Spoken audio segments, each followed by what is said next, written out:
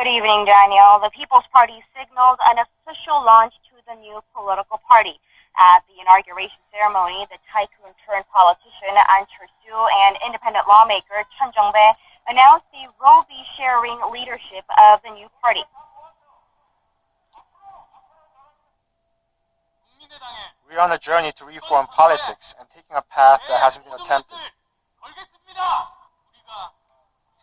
We will fight against the two-party duopoly, and I'll stake all that I have on the election. As you just heard, co-chair An Chul-soo promised to raise the party as the country's third biggest political party in the upcoming parliamentary election. But still, even with the official launch, the outlook for the new party is still unclear. For one, the People's Party has just 71 days to prepare for the elections, considered not much time.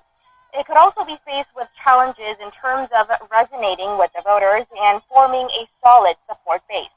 Currently, the party only has 17 incumbent lawmakers, just shy of 3 seats of the majority needed for the party to form its own negotiation group within the parliament.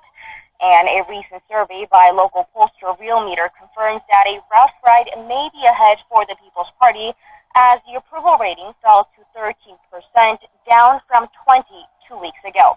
So we'll have to see how the new party uses the time it has to take shape and gain as much momentum as it can leading up to the election. Daniel? Well, thanks for that, Samin. Lots to expect and possibly more developments before the April elections. One thing about An Chul-soo, he does seem to enjoy taking on challenges head-on. That was our Shin Samin reporting from the National Assembly. The Iowa caucuses on Monday night. On the Republican side, Texas Senator Ted Cruz upset the field and rode a wave of evangelical support to victory over billionaire property mogul Donald Trump. On the Democratic side, with one precinct still left to report in, former Secretary of State Hillary Clinton is holding on to a razor-thin lead over Vermont Senator Bernie Sanders. Former Maryland Governor Martin O'Malley came in third and ended his campaign. A good showing in Iowa is vital to a candidate's momentum because it's the first state to vote in the months-long nominating contest. Historically, no candidate that has finished worse than third in Iowa has ever gone on to win the presidency. The candidates now move on to their next battle, a primary on Tuesday in the state of New Hampshire. The Korea Center for Disease Control and Prevention convened on Tuesday to assess the level of local threat posed by the Zika virus.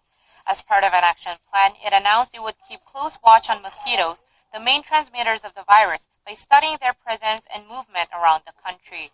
It will also expand public safety campaigns to spread awareness about the virus and infection symptoms, not just for citizens, but also visitors who enter the country. It also started operating a website introducing and explaining the virus. This comes on the back of the WHO's declaration of the virus as a public health emergency of international concern and growing fear. Zika is a mosquito-borne virus that generally causes mild symptoms in adults, including low-grade fever, rash, and red eyes.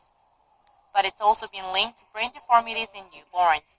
Outbreaks have historically occurred in remote parts of Africa and the Pacific Islands, but it has quickly spread to South America and other regions since it was found in Brazil in May of last year.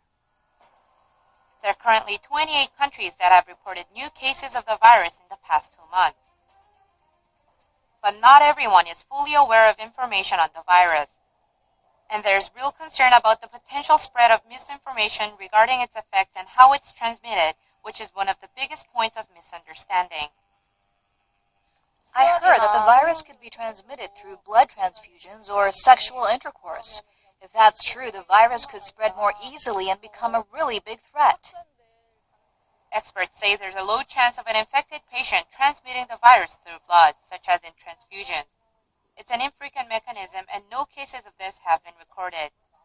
However, there was one report of the virus allegedly spreading through sexual intercourse. In 2008, U.S. biologist Dr. Brian Foy, who had been infected with the virus during his research in Senegal, infected his wife, who had not left the state of Colorado. But experts say evidence of this was not confirmed and data was insufficient to warrant a related warning. When a patient has a high level of the virus in his or her blood, there's a chance it could spread into other bodily fluids, such as semen, which leads to the possibility of it being transmitted through sexual intercourse. But the chances of this happening are very slim. as a set of extreme conditions has to be met. So it's not likely that person-to-person sexual transmission will become a main route. But with the virus found in Indonesia on Monday and in other parts of Asia, there are concerns that the virus could eventually find its way into Korea. It hasn't been long since we've recovered from the Middle East respiratory syndrome outbreak, so if the virus comes to Korea, I think it will create a lot of fear. Local authorities say there's a very low possibility that the virus will spread in the country. The mosquito that transmits the virus is the Aedes aegypti, better known as the yellow fever mosquito, which is famous for spreading dengue fever or yellow fever virus. But this mosquito doesn't exist in Korea. We do have the tiger mosquito, which has been known to transmit dengue. But mosquitoes are inactive in the winter, and no cases of Zika have been reported yet. The Korea CDC and medical experts reiterated the low possibility of the Zika virus spreading in Korea, calling the current phase a stage of concern. But they have prepared measures to deal with suspected cases in order to promptly diagnose patients and follow through with medical support or a quarantine if needed. 이지원, 아리랑 뉴스.